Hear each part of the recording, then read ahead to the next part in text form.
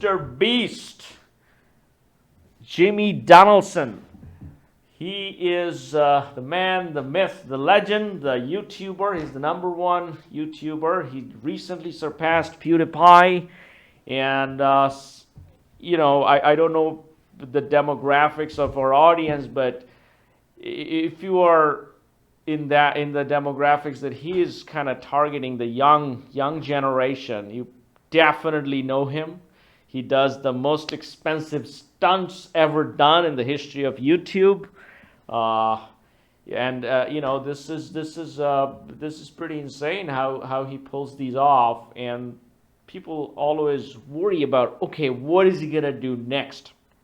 So, to give a little bit of context where he's coming from, he started YouTubing when he was 11 years old, and he's been doing that ever since. It's over a decade. He's analyzing YouTube. At certain times, back in the days, he used to spend almost 18 hours a day analyzing YouTube every single day. He has never taken a day off during those years. Only focused on YouTube. That days, I don't think anybody even knew about YouTube or anybody even thought about doing anything there. So it was just gaming and things like that. And he tried a number of things, but I think finally he got a big breakthrough with all his super expensive stunts. Now, that's where the interesting question comes up, and people say, is he real? Of course he is real. Now, how is he able to pull this off? That's the question, right? How in the world this 20-something-year-old, I think he's 24 years old, able to mesmerize the world with super expensive stunts? Where does he get the money? How does he fund the videos? How does he pull the whole thing off? Why is he not bankrupt yet? So these questions are pretty insane, and a lot of people actually watch the video to figure out what is he doing. But the basics are very simple. It's just simple math what he's doing. He's reinvesting his money into his main channel, and also he has 50 other channels. So those channels are also funneling money to the main channel. So that's how he's able to pull this off. Now, not just the video, he also has his, the Beast chocolates, right? So, oh wow, this is falling apart. This one is good. Beast chocolate. He got this Beast cookies. He got the Beast burger. He has the merch. People love him. He's the biggest thing now. Then, in his recent video, he gave out that a private jet. Then the one before, I think he was giving out some sort of island after his 100 million subscriber thing. Now he's, I think, 110 million. This is pretty insane how he's able to pull this off. But the basic economics, if you think about it, if any of his video gets 50 million views, and even if he's he has the AdSense, he has a couple of sponsors per video, he has the other product placements. If you combine all that, even if it's just 2 cents per view, he's already making 2 million from that video.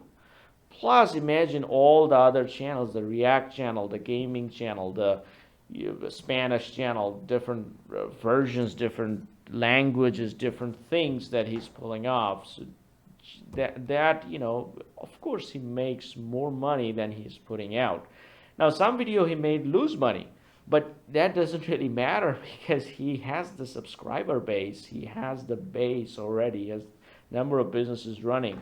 So you don't have to be super concerned whether he makes the exact money back on that particular video. Now, he's definitely not the inventor of this kind of expensive stunts. The stunts always worked. It worked for Richard Branson. It worked for Oprah Winfrey. It worked for Ellen. It worked for the stunts always work.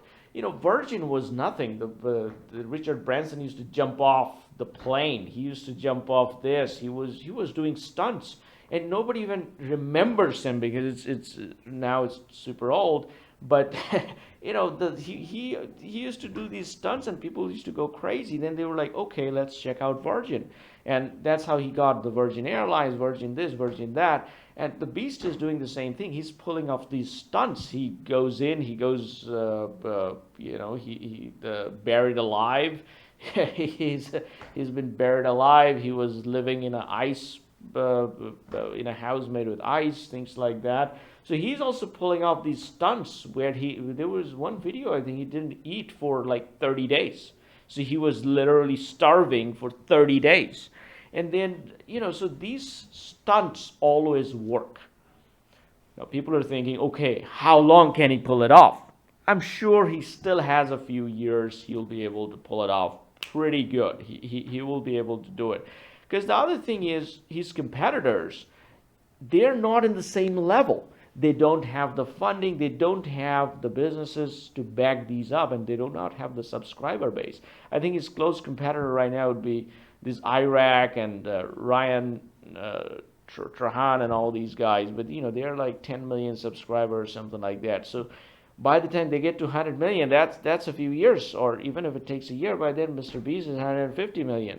So he's way ahead of the game. He is way ahead of the game, and the way he was able to pull off the other business side of things, right? The economics of his other businesses, his burger, which is available anywhere. I can sit here right now and order the Beast Burger, the Chandler Burger, his assistant's burger, all these things, right on my phone, and so the way he was able to use the infrastructure. I think Jeff Bezos talks about that a lot before even Amazon came along. They were FedEx, they were USPS, they were UPS, right? So how Bezos was able to use the infrastructure that was available to him to build Amazon. The same thing, MrBeast now is using the infrastructure of DoorDash to build his Beast Burger network, which is available pretty much anywhere in the US. He's able to use his e-commerce platform, and the Walmart, any Walmart you walk in, you can get the Beast merch, right? So he's using these infrastructures built by other companies, and he's the greatest marketer of all times. Who do you want to place your ad with? Would you go with somebody who has no subscriber, or are you going to go with somebody who gets 100 million views? Of course you're going to go with the Beast, right? So he's in a very different position, and it's all real, and he's going to continue to dominate this industry.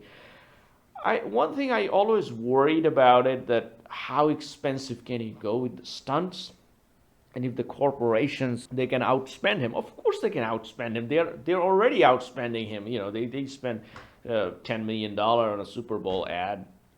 They spend all kinds of money on marketing, billions of dollars in marketing, right? So they can outspend him. But the thing is, it's the brand, the man behind it, the people know him, people love him. So he has a whole different network that he is able to build up so far. So I don't think corporations can copy that. Netflix can start giving away money, but I don't think they're gonna get this level of popularity.